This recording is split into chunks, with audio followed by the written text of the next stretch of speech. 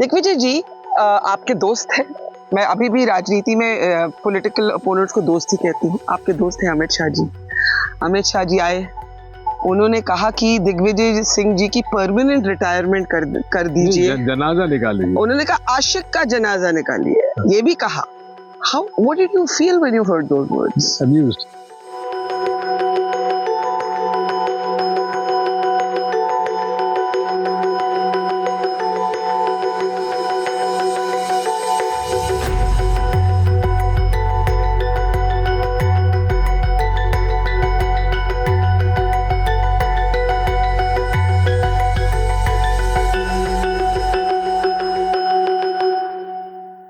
शाम के 6 बजे सूरज डूबने को आ रहा है and this absolutely stunning place is Sompur in Raghogar. We're here on the campaign trail with Digvijay Singh and we're going to take a walk with him through these villages and these fields. Digvijay ji, good to see you here outside of Delhi.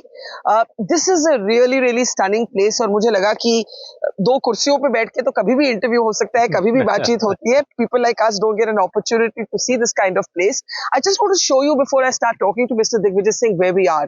If the camera turns around, you will see it's very sparsely populated. There are a few huts and everything else is just open fields. And in the distance, you can see a few Congress party flags. Raghogarh has been a kind of island for the Congress, some would say in a sea of saffron. But what's going to happen in the Lok Sabha elections? How are you doing? Well, working hard. You've said it's your last election. It's not like you to say anything is last. ये आपने क्यों बोल दिया? Because I will be 82 in the next election. So I 82 think, is the new 60? no. Huh? No. The time comes now when one has to decide. तो जब आप कहते हैं ये आपका आखिरी चुनाव है, is there a lot of pressure on you to win? Does it feel like this is not a routine election? Well, no election is routine election. Every election is a special election. इसमें क्या challenge है? You've come to an area after 33 years. Yes. बीच में आपने, for those who don't know, Digvijay Singh took a pledge that he was not going to do electoral politics for 10 years after a defeat in Madhya Pradesh in the state elections. What is the biggest challenge here? Let's just stand for a moment and you tell us, सबसे बड़ी चुनौती क्या है? See, there are two things. पहली चुनौती तो देश की है, जहाँ जो महंगाई, बेरोजगारी और जिस प्रकार से जो हमारे स्टैट्यूटरी बॉडीज को कॉम्प्रोमाइज किया जा रहा है, लोगों को जेल भेजा जा रहा है, कभी भी नहीं हुआ कि सिटिंग चीफ मिनिस्टर को डायरेक्टली जेल भेज दिया। आप अरविंद केजरीवाल की बात कर रहे हैं और हेमंत सोरेन की, दोनों की बात कर रहा हूँ। और ऐसा कोई केस भी नजर नहीं आता है, ऐसा कोई मनी ट्रेल भी समझ में नहीं आता है, और उन्हें जमानत भी नहीं हो रही है। सुप्रीम कोर्ट कई बार कह चुका है bail is the right, but why are they not being given the right? Therefore एक तो सबसे बड़ा चैलेंज वहां है। दूसरा चैलेंज मेरा लोकल इश्यूज पर। Rajgarh has been my constituency from 1984 when I was a chief minister, when I was a minister in Arjun Singh's cabinet. He had put me as a in charge minister for Rajgarh. Rajgarh now, I may go back, has been a sort of a nursery for the Jansangh RSS. And the Jansangh has won quite often from here as well. Yes, and in fact, Hindu Mahasabha, Jansangh, and people coming from outside. Dr. Vasant Kumar Pandit won from this constituency twice. He never came to this constituency. He only came to file his nomination and went back. Then Mr. Jagannath Rao Joshi from Karnataka, he won twice from here. So people just did not vote Congress party. Right. For 1984, I was the first time a Congress member of parliament was elected. Although there was a huge Congress wave that time after the assassination of Mrs. Indira Gandhi. So but I won that election. But in 89 election I lost. But I won back in 91. But how do you deal with the challenge of coming back to a place that is your home base? आपका परिवार का किला भी यहाँ पर है, but you're coming back after more than 3 decades. आप 30 साल बाद वापस आ रहे हैं. आप कैंपेन ट्रेल पे जाते हैं तो यंग लोगों को बतानी पड़ती है अपनी कहानी, अपनी family history. Isn't it difficult?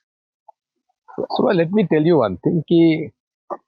I was never disconnected with the constituency because as a chief minister, I was in close contact with the people of Rajgarh parliament seat. I was in touch with the local people, and I always, because being a member of parliament then becoming chief minister, so I had special sort of a feeling for the people of Rajgarh. And they had a free access to the CM residence. And I can't remember how many people I would have helped. I must have helped. Whether education or health or whatever. So there was a natural connect. But yet this is a challenging election. For you, it's a tough fight. Every election is a challenge. पर आप मुझे ये बताइए, एक तो मैं फिर दिखाना चाहती हूँ, यहाँ पर कुछ बच्चे निकले हैं, यहाँ पर पीछे गांव है, एक छोटा सा गांव है. दिग्विजय जी आपके दोस्त हैं. मैं अभी भी राजनीति में पॉलिटिकल अपोनेंट्स को दोस्त ही कहती हूँ. आपके दोस्त हैं अमित शाह जी. अमित शाह जी आए, उन्होंने कहा कि दिग्विजय सिंह जी की परमानेंट रिटायरमेंट कर दीजिए, जनाजा निकालिए. उन्होंने कहा आशिक का जनाजा निकालिए, ये भी कहा. What did you feel when you heard those words? Amused. Because the kind of language that he used. And of course, in 15 minutes speech, he took my name 17 times. The BJP likes you a lot. Absolutely. Okay. They love me. No, more seriously, they see you as one of the more controversial Congress leaders. They accuse you of, if they are accused of Hindutva, they accuse you of appeasement politics when it comes to Muslims. Rubbish. Absolute rubbish. How do you deal with that in an environment like this? Absolute rubbish. I don't appease any particular religious group or any community. I strongly believe that as per the Indian Constitution, every person has a right to follow the religion of his choice. And there should be no, I would say, interference in whatever way that we interfere in the practice of their religious rights. But can I ask you something? You've just come from you told me an incredible story कि यहाँ पर एक खेत था, खेत में एक किसान था, किसान एक दिन अपनी खेती बाड़ी कर रहा था और जमीन में उसको एक मूर्ति मिली. And we're going to show you pictures, our audience pictures of the Murthy. It's spectacularly beautiful. और आप अभी वहीं से आ रहे हैं. You have always been a religious person. Yes. ये कैसे हुआ that the Congress ceded this space to the BJP? और बार-बार यहाँ पर बीजेपी का सवाल उठता है कि भाई कांग्रेस के नेता प्राण प्रतिष्ठा पे नहीं गए, अयोध्या में बड़ी गलती कर दी उन्होंने, पॉलिटिकली गलती कर दी. क्योंकि आप एक मंदिर से ही आ रहे हैं, मैं ये आपसे सवाल पूछना चाह रही थी. इसमें क्या सवाल है? सवाल ये है कि गलती हुई अयोध्या ना जाकर? बिल्कुल नहीं हुई. देखिए, अपूर्ण मंदिर में कभी प्राण प्रतिष्ठा नहीं होती. ये शास्त्रों के विपरीत है. नंबर 1. नंबर 2, जो इन्विटेशन उन्होंने भेजा था वो तो एक लगता था पॉलिटिकल इवेंट बना दिया था उन्होंने. ये कोई रिलीजियस इवेंट थोड़ी ना था. एक. Number 2. Number 3, none of the Shankaracharyas, they were invited but they refused to go because they felt they commented that it is against the established practice of Pran Pratishtha after the completion of the temple. The temple is not yet complete and they did the Pran Pratishtha for political gains. Do you find the Mandir to be a big political issue here? No longer. They are trying to drum it up. किस मुद्दे पे यहाँ पे चुनाव लड़ा जा रहा है? महंगाई, बेरोजगारी, किसानों की, वो आपकी कोशिश है कि उस पे फोकस रहे. एक्चुअली किस मुद्दे पे लड़ा जा रहा है? एक बीजेपी के लीडर ने तो यहाँ तक कह दिया कि चुनाव दिग्विजय सिंह और रोडमल नागर का नहीं है, दिग्विजय सिंह भगवान राम के बीच में है. आपको लगता है सर? फिर मैंने कहा कि भाई भगवान राम अगर चुनाव लड़ते तो दिग्विजय सिंह तो उनका प्रस्तावक बनता, उनसे आप थोड़ी लड़ता. उसका अपना पर्चा ही नहीं भरता. पर एक सीरियस सवाल है, क्या कांग्रेस को एक नई भाषा ढूंढनी पड़ेगी? क्योंकि पॉलिटिक्स की जो जो कहते हैं ना, rules of the game have changed. See, the point is, the Congress party has not deviated from its established path of equal rights to all religions. Sarv Dharm Sambhav. That is the essence of Sanatan Dharma. That is the essence of the speech. But you have allies like Udinidhi Stalin who's insulting Sanatan Dharma. No, listen to me. They probably don't know Sanatan Dharma. I'm sorry to sort of... So 2 minutes खड़े होते हैं ना. We're looking at a beautiful sun's about to set. I want you to just get a moment of where we're standing. Otherwise, it would be a waste to have come all this way here. But go on. So probably they don't know the Sanatan Dharma. That is why they've come out with this statement. Because Manusmriti is something different. It is not a part of our inherent Sanatan Dharma. If you read Bhagavad Gita, Yudhishthira has said that it is not by birth. You go into a work of your, I would say, profession. Anyone who is articulate or who's professional becomes a Brahmin. One who's a warrior becomes a Kshatriya. One who's doing business or farming will become a Vaishya. And those who do menial jobs, it's not by birth. I mean, that is a whole debate on caste. Yes. Which takes me to something that is being much discussed in this election. Redistribution, जितनी आबादी उतना हक, राहुल गांधी कहते हैं, मोदी जी कहते हैं वो लेके आपकी संपत्ति दूसरे लोगों को दे देंगे, मंगलसूत्र दूसरे को दे देंगे, मुसलमानों को दे देंगे. What a joke. Probably he has not read our Congress manifesto, but he has not even read his BJP manifesto also. Because he doesn't want to. Why do you say that? Because his agenda is quite different. Which is? His agenda is not economic. It's not political, but only politico-religious. He is using religion as a political weapon, which is not allowed under the present People's Representation Act. Also, it is against the model code of conduct of the Election Commission. So how does the Congress counter that? Well, we only believe that the election issues are in a very high rate of inflation, very high rate of unemployment, using the bodies, like Enforcement Directorate, IT, CBI, for political gains.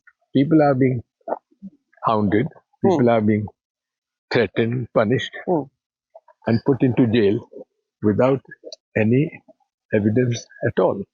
A big decision that the party had to take and has now been taken was on Amethi and Raebareli. The Congress president was on record to say that he wished that both Priyanka and Rahul would contest from Amethi and Raebareli. वो नहीं हुआ. Were you disappointed? Well, I think it was a conscious decision taken by the party. But आपको क्यों? So you're a veteran. You've known the family all your life. Were you disappointed? Do you think it's a missed opportunity कि अमेठी खाली छोड़ दी? अब प्रधानमंत्री भी कहते हैं he's mocking the Congress कि भाई आप तो कहते थे डरो मत, आप खुद डर गए. कोई नहीं डरे. अगर डरना होता तो वो रायबरेली से भी नहीं डरते. But are you disappointed on the Amethi decision? No. Okay, explain it. How does it make sense? See, it's the choice of the party. Would you have made the same? Would you have advised the same? Would you have advised them to do this? But I'm not in the Central Election Committee. Oh, come on. Now you're just being politically correct. Would you have advised them to do this? Well, if I had been in the Central Election Committee, I would have conveyed my thoughts. Whatever. Those thoughts wouldn't have been this decision. No. Okay. Before we get back to politics, a little bit of where we are standing. Your son told us कि जब आप उनकी उम्र के थे, या शायद उससे भी छोटे, there's Jay standing in that corner. तो यहाँ आकर, in a way, your wild young years were spent here. Now, this is a family channel, but you can tell us what some of those wild years looked like. What did you? No, that was at time hunting was allowed. Yes. And there was a small river. And somewhere there in the distance? Yes. And we used to come and stay for 2 to 3 days in our one of the farmers' house, and it was wonderful. In fact, what do you remember about it? Oh, what's the abiding memory? Well, abiding memory is to get up in cold winter at 4:30 in the morning and walk and go for the shikar. And this is a hunt of a different kind. ये अब अलग किस्म का hunt है, अलग किस्म का शिकार है. Digvijay ji, how stunned were you by the Madhya Pradesh Assembly election results? Was it a big shocker? Absolutely. तो क्या हुआ? Did you all get overconfident? Were you and Kamal Nath fighting again? No question. How are you getting along these days? Very well. We've been friends for last more than 40 years, since 1977 onwards. So there is no question of any kind of difference of opinion between me and Kamal. But what went wrong? You had some time to think about it. What went wrong? See, I'll put it like this. In ballot paper, let's say, the postal ballot paper, we led in 199 seats out of 230. 199, postal ballot. Postal ballot included government officials, then people over the age of 80, then people in central services, army, etc., and those who were physically challenged. Across the board, we led in 199 seats out of 230. And we were expecting about 135 to 140 seats. And when we got the results, it was a shocker. We got only 66 seats. The difference in the vote percentage in Madhya Pradesh in about last 3-4 assembly elections has been 0.5 to 2%. This time it's 8%. So what does that tell you? Well, I've been saying this, that they are manipulating the EVM. Now, when you say this, you immediately walk into controversy. Because there is no controversy. Let me say why. Because even those who are not supporters of this government, like let's say former CEC S.Y. Qureshi, he's not seen as a Modi fan. He says the EVMs cannot be manipulated. And if EVM manipulate ho sakte hai, to Telangana mein aap kaise jeete? He has changed his opinion. Now please go back and talk to him. Acha, to Telangana mein kaise jeete unhi machines pe? Because BJP has no stakes in Telangana. Well, they had no stakes. So therefore, they do it very cleverly.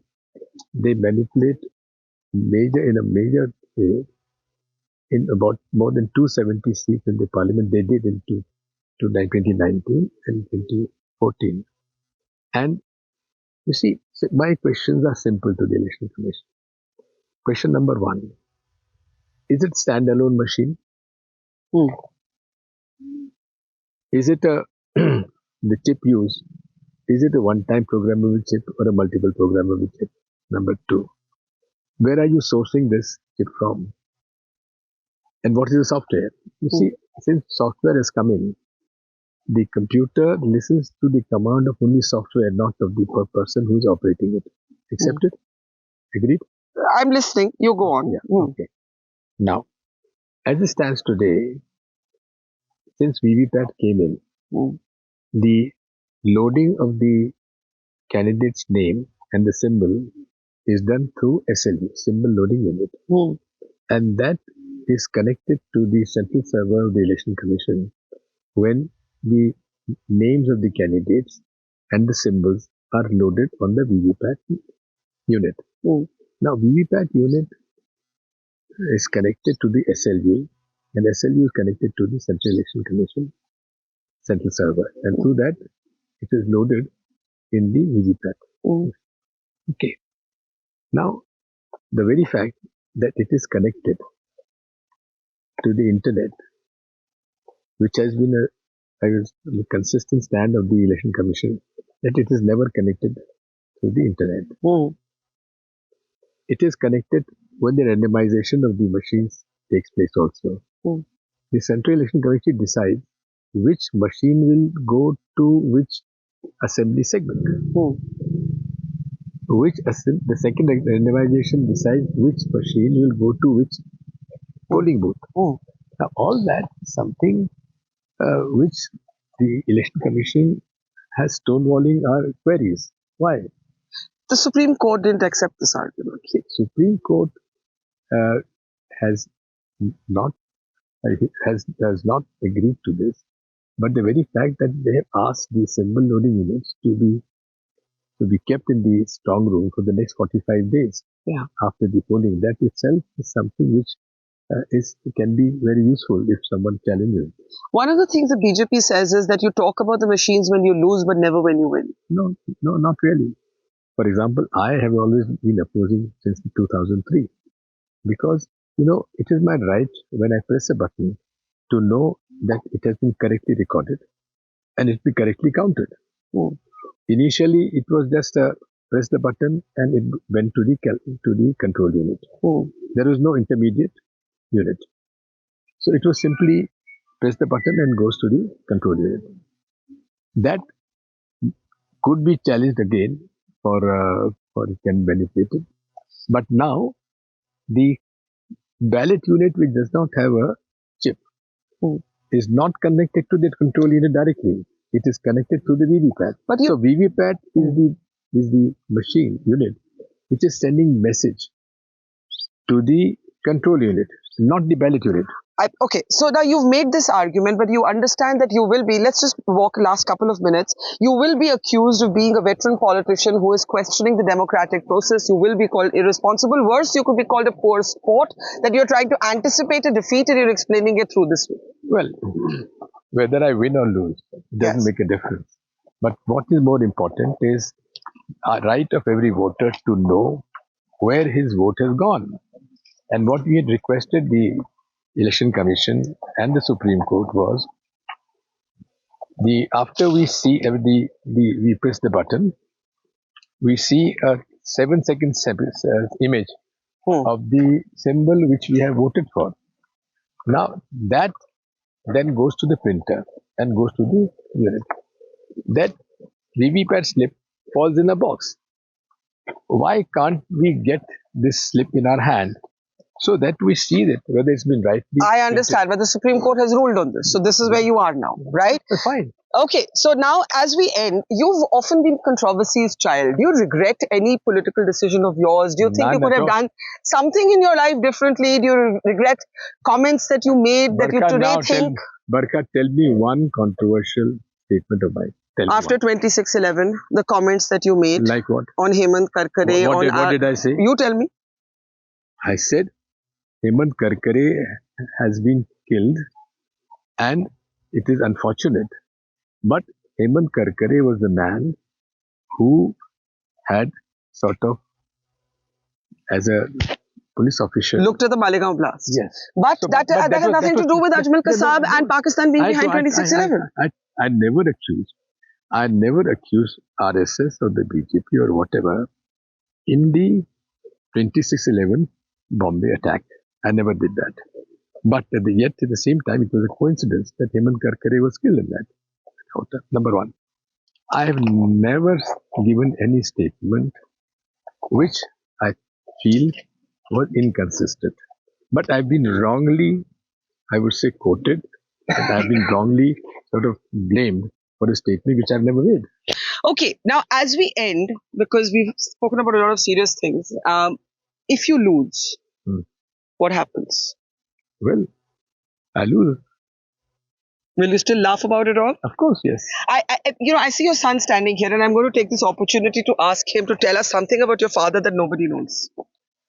Well, I guess people know a lot about any politician these days with how transparent things are.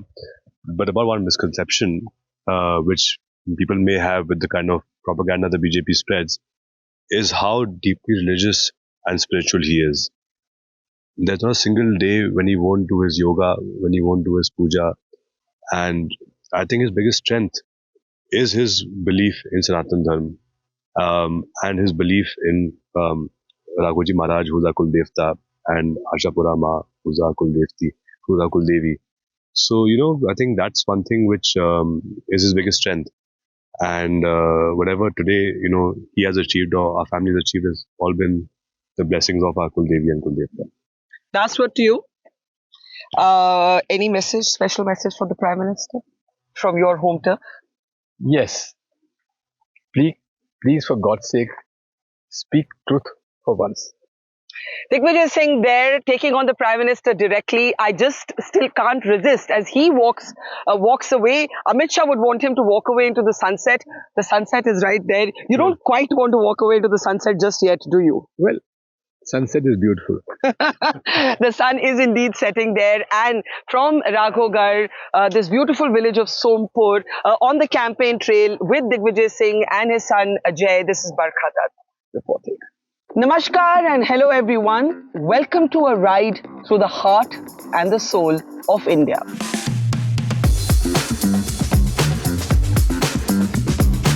क्योंकि जब election season आता है तो कौन जीता, कौन हारा, कौन आगे, कौन पीछे, ये बातचीत तो होती ही रहती है. But it's also a time for travel and meeting people and getting to know your own country better. So, welcome to the dhabas of democracy, where every bite tells a story, where every conversation will spice up your day. Experience the masala, the flavor, the swad of this election with us as we take a unique road trip from the south to the north of India, traveling thousands of kilometers to bring you the flavor of this election.